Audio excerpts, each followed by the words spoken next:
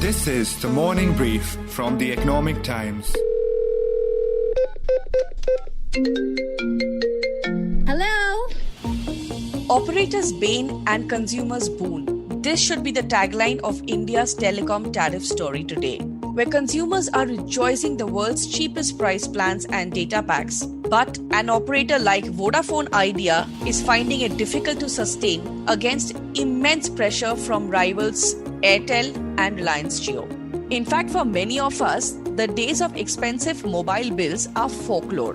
I asked my friend Pinaz Sheikh how much has a mobile bill dropped over the last few years and what has been the surge of data consumption for her. Good morning, Pinaz, and thank you for being with us on the morning brief. Good morning, Devina. Thank you for having me. Pinaz, you and I keep talking about how even a few years ago, our mobile phone bills were so expensive. You remember those days? Oh, yes, of course. How can I forget them? What was your mobile bill like? It was, I think, plus 2,000. Like I used to pay 2,000, 2,500, sometimes 3,000. It was very arbit. Right? And this was before Geo entry. Oh, yes, of course. And remember, we had roaming, SMS charges. What are the other charges we used to have? Oh, yes. So there was roam. Even your outgoing calls were so expensive. And you remember you had those limited 50 SMSs only. And after that, you were charged. Oh, my God. I have forgotten. And now it feels like some generations have gone past. Oh, yes. What kind of data would you use before 2016?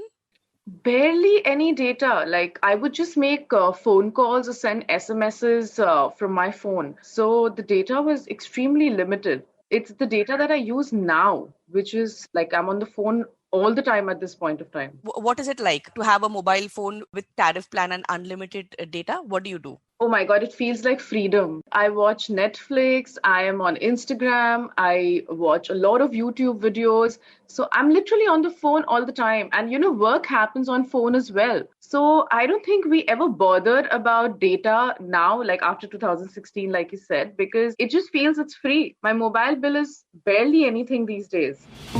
Pinaz is adamant that if her operator increases her tariff plan by more than couple of ₹100, she will shift networks. And this is exactly the reason why telcos are hesitating to up their price charts. They have requested the government to come up with a minimum floor price plan and are tweaking the price charts as well. But will these tweaks be enough to save them from bleeding? I'm Devina Sengupta and you are listening to the Morning Brief. To understand more on the urgency of the telcos, I called up Lieutenant General S.P. Kochhar, who is Director General for the Cellular Operators Association of India, which represents Reliance Jio, Bharti Airtel and Vodafone Idea. I wanted to know from him that can we continue to stream movies, watch the Euro Cup on our mobile phones at such cheap prices? Now, why do we need floor tariff in this industry? Okay, Devina, please understand that any regulatory price control mechanism should encourage prices that are fair and reasonable. That goes without saying. In the context of India, a price war driven by hyper competition has already led to services being offered at unsustainably low rates. The financial pressures on operators and continuous pressures on profitability have driven sector consolidation. Right. And over the last 4 years, tariffs have fallen to rock bottom levels, actually. Data realization has fallen from 18 paisa per MB in September 2016 to 1.07 paisa per MB as of September 2020, which is one of the lowest in the world. And the low data tariffs have resulted in enormous increase in the users of mobile data. Correct. And have actually made India the highest consumer of mobile data in the world. You did mention, General Kochhar, that India has become one of the biggest data guzzlers in the world, but at the same time, price per MB has really drastically reduced. I mean, I used to pay a bill of 2,000-3,000 rupees even 3-4 years ago, and now my tariffs or price is just barely 200-300 rupees. Now, what is the impact of this on the telcos? It's great for consumers like me, but what's the impact of a bill shock on the telcos? Absolutely right. The reduction in tariff has been good for consumers, undoubtedly. But for the telcos, This drastic reduction in tariff and fall in telecom bills has significantly eroded the revenue and hence the profitability of telcos. The monthly average industry ARPU as on December 2011 was rupees 155, and now it is in March 2021 it is 130 rupees. Further, the ARPU as percentage of per capita income has fallen significantly from 3.63% in financial year 2010 to 0.99% in financial year 2021. As you can make out, this has impacted the ability of telcos to invest in expansion of service in terms of both coverage and capacity. Important point. Again, ARPU here is average revenue per user. Now, this is a very, very key metric in the telecom sector because like General Kochhar mentioned, is with the drop of ARPU from 155 to 130 right now, what it basically means is that although getting subscribers is not very difficult because more and more people want to latch on to the cheap plans with a high data. However, for the operators, it is becoming very, very difficult to sustain this kind of momentum and at the same time improve their network capacity. Well, we can start with the last question first. To my mind, consuming 16 gigabytes a month at 160 rupees is really a tragedy. We are not wanting $50, $60 like the US or Europe, but certainly the $2 for 16 gigabytes a month is not sustainable. But the way the financial stress is coming along, as you know, the market is now saying we could well be down to 2 companies. So I'm saying it's really 2 to 3 companies which are in the private sector left now. In fact, Sunil Mittal, chairman of Bharti Airtel, India's second largest telco, has on many occasions warned that the telecom sector will not be sustainable at such low price plans. I asked Lieutenant General how risky a price hike is now when the battle for consumers is so intense. Today, Jio has about 426 million customers, closely followed by Airtel with 340 million and Vodafone Idea with 268 million subscribers. So this is like a catch-22 happening, right, General? Yes, that is true. That is true, Devina. You see, now we are data-centric, and therefore, if we compare the data prices, you will make out the significance of this statement. It's a stark difference. It's not even 1/4 of the global average. And therefore, the hyper-competition in telecom sector in India is responsible for such low tariffs. And that is why we are saying that a floor price must be set. And the earlier it is set, the better it is. Now, if you don't have a floor tariff plan, how do you expect telcos to invest in their own services? And is that the reason why my network is lagging? Well, Devina, that would be putting the cart before the horse. The collections from the subscriber is not the only way the revenues can be protected. There are other ways also where the revenues to the telcos, where their expenditure can be reduced and hence the revenues even at low prices can be protected. One of them is the auction price, the unrealistically high auction price for spectrum. The minimum price which the government has fixed, we have always been saying is not a viable price. And therefore, that needs to be reduced. The second place where they can reduce our expenditure is, you see, when 25 years back, when the mobile activity started, there were a lot of levies and license fees and what have you. And when the auctions started a few years back, the previous things also continued and the new auction prices also came into being. So it became a double whammy. So that again needs to be rationalized, and some of the legacy payments that we have to make to the government have to be reduced. And we are saying that India is the highest taxed telecom sector in the world. 38% of our revenue goes in taxes. Right. Absolutely important point out there. Thank you so much, General Kochhar. Thank you so much. Thank you so much. While COAI will continue to send their pleas to the government, India's third largest player, Vodafone Idea, has flagged off risks to its viability unless the prices are upped.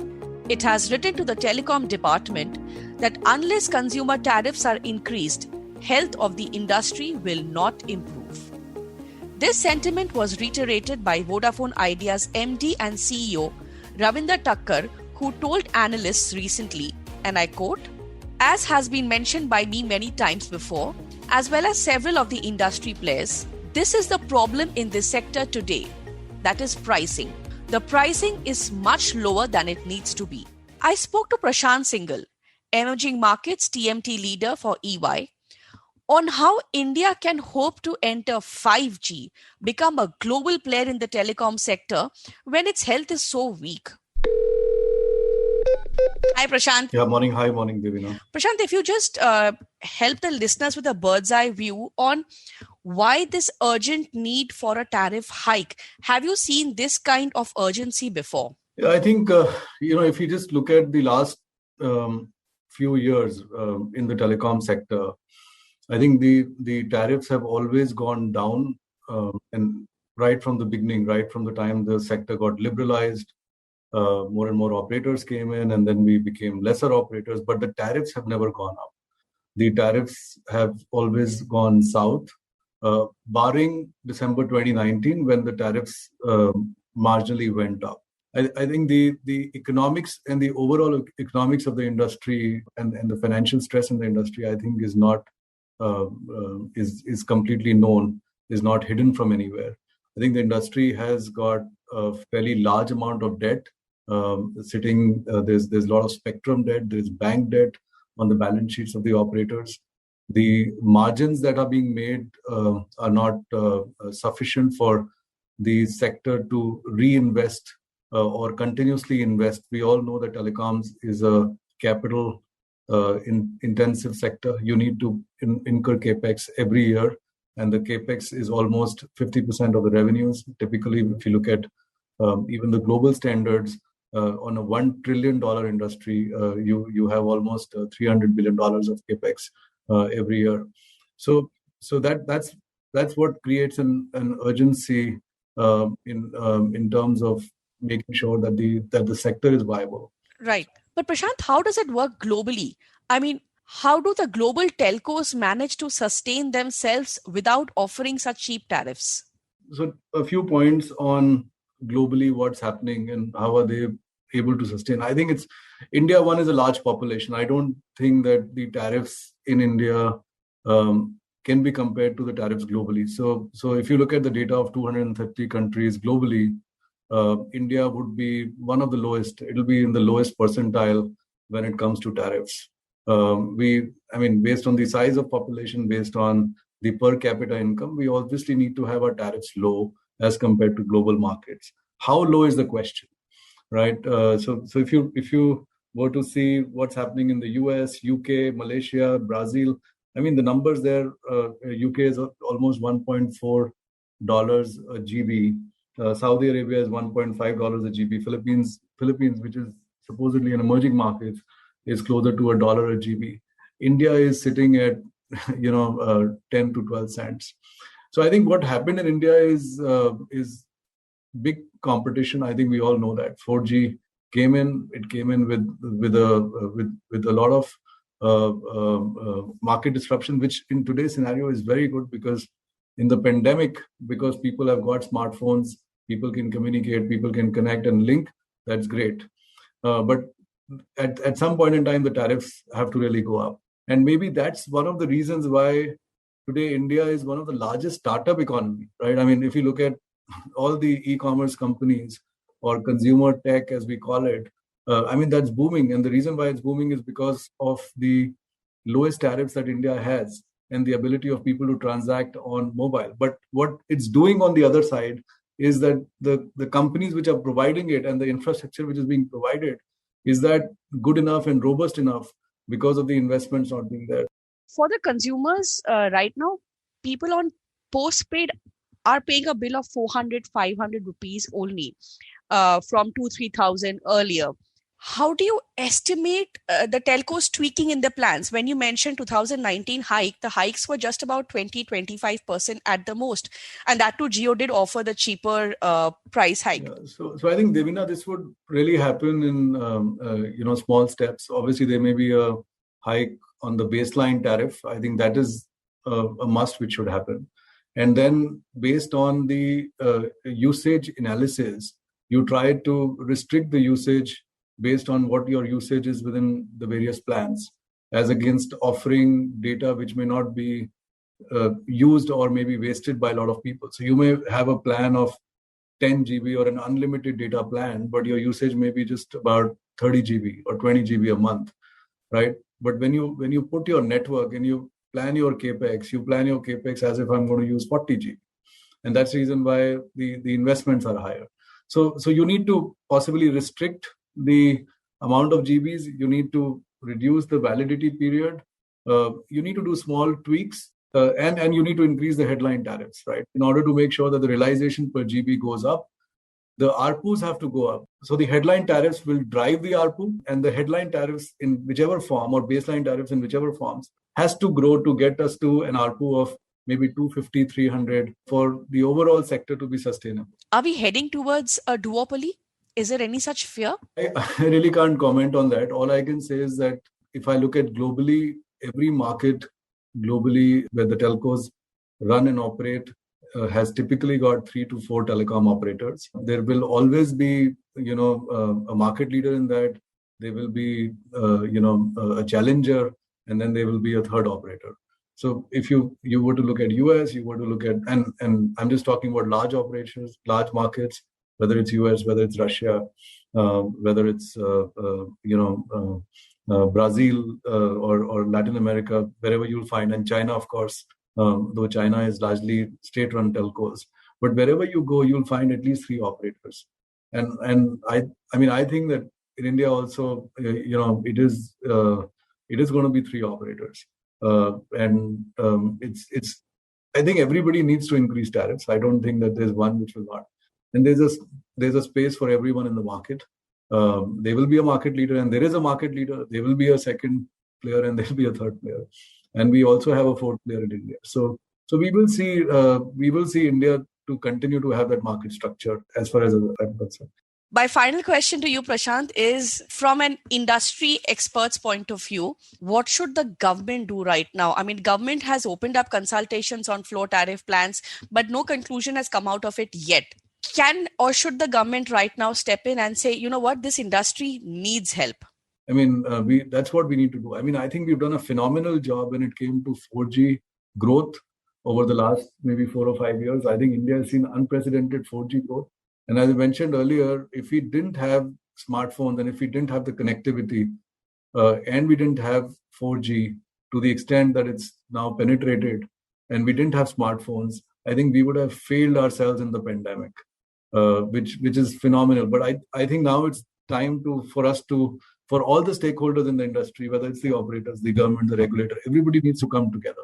Make sure that we create this very strong platform for the next leap on 5G and the entire IoT and machine to machine, and create efficiencies across the sectors. And India can become an innovation center. We have the capability of being an innovation center to create a huge export in the world of technology as well as innovation. Thank you, Prashant, Lieutenant Kochhar, for explaining this issue of tariffs so clearly. Yes, the sector is in dire need of government help, as these kinds of tariffs will not be sustainable. Telecom, which has been the bedrock based on which we have remained connected with our families during the pandemic, needs to be resurrected. As India digitizes its other sectors, the future of our country will heavily depend on our mobile phone coverage. And for that, we may have to opt for steeper price plans. I'm Devina Sengupta, and you've been listening to The Morning Brief. This episode was edited and coordinated by Nehal Chalyawala. I hope you enjoyed listening to the episode. Do send in your feedback to themorningbrief@timesgroup.com and share the episode on your social media networks. The Morning Brief airs every Tuesday, Thursday, and Friday. Thank you for listening and have a nice day ahead. All clips used belong to their respective owners. Credits for all external clips are mentioned in the description.